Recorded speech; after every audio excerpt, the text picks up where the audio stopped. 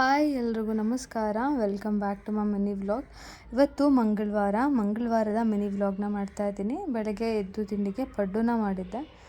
ಪಡ್ಡು ಎಲ್ಲ ತಿಂದ್ಕೊಂಡು ಹಸ್ಬೆಂಡ್ ಆಫೀಸ್ಗೆ ಹೋದರು. ಇನ್ನು ನನ್ನ ಕೆಲಸ ಮನೆ ಒರೆಸೋದು ಮತ್ತು ಪಾತ್ರೆ ಎಲ್ಲ ವಾಶ್ ಮಾಡೋದಿತ್ತು. ಎಲ್ಲ ಕೆಲಸನೂ ಮಾಡಿ ಮುಗಿಸಿ ಇನ್ನು ಮ್ಯಾಟ್ ಎಲ್ಲ ಎಸ್ಟರ್ಡೇ ವಾಶ್ ಮಾಡಿದ್ದೆ. ಇನ್ನು ಬೆಡ್ ಸ್ಪ್ರೆಡ್ ಮತ್ತು ಬೆಡ್ಶೀಟ್ಸ್ ಎಲ್ಲ ವಾಶ್ ಮಾಡಿರಲಿಲ್ಲ. ಅದನ್ನೆಲ್ಲ ವಾಷಿಂಗ್ ಮಿಷಿನ್ಗೆ ವಾಶ್ ಮಾಡೋದಕ್ಕೆ ಹಾಕಿ ಇನ್ನು ಬಾಕಿ ಕೆಲಸಗಳನ್ನ ಮಾಡ್ಕೋತಾ ಇದ್ದೆ.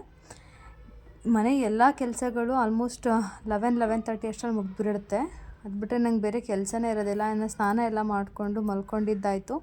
ಇನ್ನು ಸಂಜೆ ಎದ್ದು ಸಂಜೆ ಪೂಜೆ ಮಾಡಬೇಕಲ್ಲ, ಸೊ ಬಾಗಿಲಿಗೆಲ್ಲ ನೀರು ಹಾಕಿ ಪೂಜೆ ಮಾಡಬೇಕಲ್ಲ, ಹಾಗಾಗಿ ಸ್ವಲ್ಪ ಫ್ರೆಶ್ ಅಪ್ ಆಗಿ ಎಲ್ಲ ಕೆಲಸನೂ ಮಾಡ್ಕೊಳ್ಳೋಣ ಅಂತ ರೆಡಿ ಆಗ್ತಿದ್ದೆ. ಅಷ್ಟರಲ್ಲಿ ನನ್ನ ತಮ್ಮ ಕಾಲ್ ಮಾಡ್ದ. ಅವನ ಜೊತೆ ಮಾತಾಡ್ತಾ ಒಂದಷ್ಟು ಟೈಮ್ ಕಳೆದಿದ್ದಾಯಿತು. ಬೆಳಗ್ಗೆಯಿಂದ ಸಂಜೆವರೆಗೂ ಕೆಲಸಗಳಿರೋದಿಲ್ಲ. ಕೆಲವೊಂದು ಟೈಮಲ್ಲಿ ಮಾತ್ರ ಒಂದಷ್ಟು ಕಂಟಿನ್ಯೂಸ್ ಕೆಲಸ ಇರುತ್ತೆ. ಅದು ಬಿಟ್ಟರೆ ಮಧ್ಯದ ಟೈಮಲ್ಲಿ ನಾನು ತುಂಬ ಫ್ರೀನೇ ಇರ್ತೀನಿ.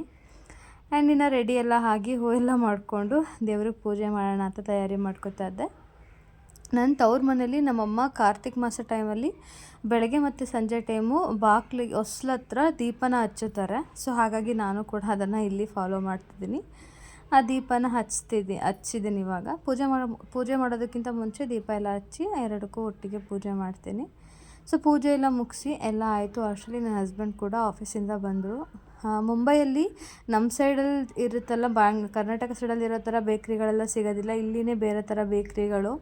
ಅದಕ್ಕೆ ಇಲ್ಲಿ ಕೆಲವೊಂದು ಏರಿಯಾಗಳಲ್ಲಿ ಬ್ಯಾಂಗ್ಳೂರು ಅಯ್ಯಂಗಾರಿ ಬೇಕ್ರೀಸ್ ಅಂತ ಇರುತ್ತೆ. ನಾವುಗಳು ಆ ಸೈಡ್ ಏನಾದರೂ ಹೋದರೆ ಏನೇನು ಬೇಕೋ ಎಲ್ಲ ಒಂದೇ ಸಲ ತೊಗೊಬಂದುಬಿಡ್ತೀವಿ.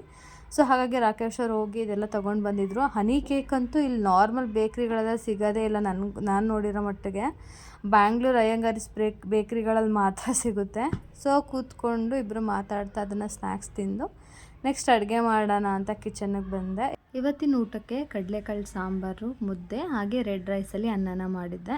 ಊಟ ಮಾಡಿ ಅತ್ತೆ ಮನೆಗೆ ಹೋದ್ವಿ. ಯಾಕಂದರೆ ಎಲ್ಲರೂ ಮಾತಾಡ್ಸ್ಕೊಂಡು ಬರೋಣ ಅಂತ ಎಲ್ಲರ ಜೊತೆ ಮಾತಾಡ್ಕೊಂಡು ಕೂತಿದ್ದು. ಮತ್ತು ರಿಟರ್ನ್ ಮನೆಗೆ ಬಂದು ಮಲ್ಕೊಂಡಿದ್ದಾಯಿತು. ಹಾಗೆ ಇನ್ನೊಂದು ಲಾಸ್ಟ್ ಮಾತನ್ನ ಹೇಳಬೇಕು. ಏನಂದರೆ ಲೈಫಲ್ಲಿ ನಾವು ಯಾರಿಗಾದ್ರೂ ಕೆಟ್ಟದ್ದು ಮಾಡ್ತಿದ್ದೀವಿ ಅಥವಾ ಮಾಡಿದ್ದೀವಿ, ಕಣ್ಣೀರು ಹಾಕ್ಸಿದ್ದೀವಿ, ಅವ್ರಿಗೆ ಮೋಸ ಮಾಡಿದ್ದೀವಿ, ಸ್ಟಿಲ್ ನಿಮಗೆ ಅದ್ರದ್ದು ಪಶ್ಚಾತ್ತಾಪ ಇಲ್ಲ ಅಂದರೆ ನಿಜವಾಗ್ಲೂ ನಿಮ್ಗೆ ಆ ಕರ್ಮ ಅನ್ನೋದು ರಿಟರ್ನ್ ಬಂದೇ ಬರುತ್ತೆ. ನೀವು ಆ ಸಿಚುವೇಶನ್ನ ಫೇಸ್ ಮಾಡೇ ಮಾಡ್ತೀರಾ.